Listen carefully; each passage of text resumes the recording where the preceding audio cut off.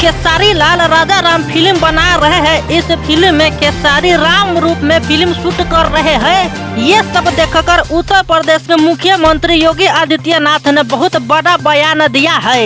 देखिए, खेसारी लाल हमेशा से भोजपुरी इंडस्ट्री में कुछ नया और अच्छा करता है ताकि भोजपुरी इंडस्ट्री आगे जा सके और पूरा भारत में भोजपुरी फिल्म चल सके, जनता लोग भोजपुरी फिल्म के पसंद कर सके।